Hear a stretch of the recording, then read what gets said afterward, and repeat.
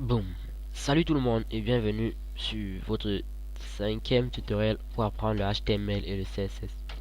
Je dois vous prévenir que dans le prochain tutoriel, nous allons vraiment commencer le CSS, donc c'est notre dernier tutoriel en HTML pur. Dans ce tutoriel, nous allons apprendre à créer les liens entre les éléments de notre site web. Pour commencer, imaginons-nous que notre site web était par exemple de la sorte. Imaginons-nous que nous avions une page, non pas un dossier, je dois le supprimer. Imaginons que nous avions une autre page. Une autre page. Page 2.html. Notez bien que, même si j'ai pas dit, c'est l'extension pour les pages web. Peu importe, voici la seconde page. Imaginons-nous que nous avons mis HTML, la structure minimale, page 2. Et puis dans cette page, nous allons mettre P juste H1.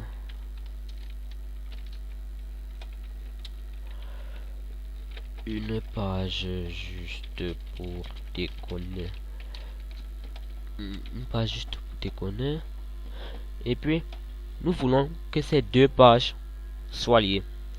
Par exemple, que insérer un lien de telle manière que lorsqu'on clique sur ce lien là, ça nous amène directement à l'autre page. Alors que faire? Nous allons utiliser la balise A à travers l'attribut href.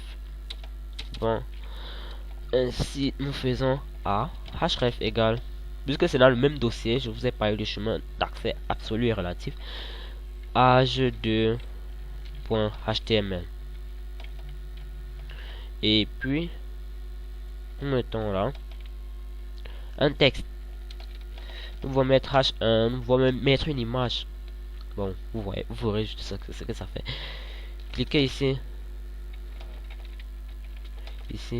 pour accéder à la seconde page de notre projet.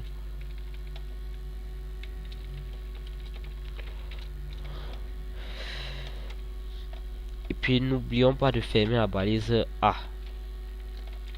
Enregistrons et puis allons tester et voyons voir ce que ça fait.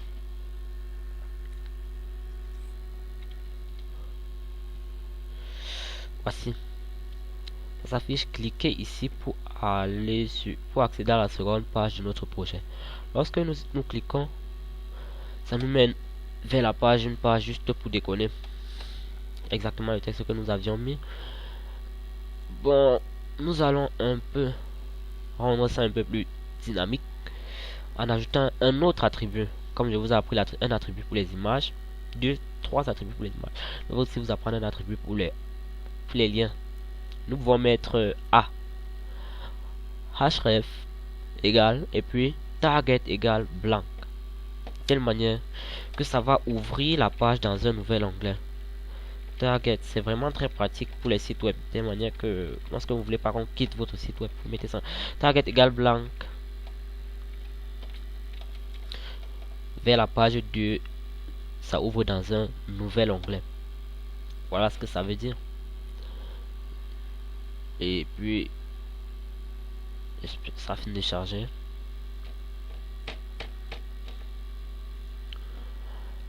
Vous voyez bien, ça affiche, ça ouvre ça dans un nouvel onglet. Si l'utilisateur ne veut pas quitter votre page, il n'a qu'à éteindre ça au lieu de chercher là où il va rentrer. Bon, vous pouvez aussi mettre des liens dans la même page. C'est-à-dire, par exemple, vous voulez que l'utilisateur, par exemple, dans les bons sites, vous verrez qu'il y a les liens dans la page même. Par exemple, pour accéder au troisième paragraphe, on va mettre un menu de navigation rapide là-haut. Bon, on va mettre href, toujours href égal. Bon, ne mettons pas encore égal. Paragraphe 2. C'est ce que l'utilisateur va devoir cliquer pour accéder au paragraphe 2. Paragraphe 2. Voici le second paragraphe. C'est pour ça que je vous disais que ce sera très pratique d'utiliser la balise P. Lorsque nous avons mis un IP, nous identifions le paragraphe à travers id égale paragraphe 2. Je veux pas tout écrire, donc ça ne devrait pas nous déranger. Maintenant, je mets dièse le texte que j'avais mis comme id, paragraphe 2. Je n'ai qu'à enregistrer, recharger, et puis voilà ça. Je clique. Non, si la page était très longue, vous verrez de quoi je parle. Bon, je vais allonger la page pour que vous voyez actuellement ce que je veux dire. Que je suis pas en train de déconner. Bon, imaginons que non, paragraphe 10 par exemple. Nous allons dupliquer le paragraphe si je sais pas combien de fois. Entre C 1, 2, 3, 4, 5, 6, 7, 8, 9, 10. id égale paragraphe 10.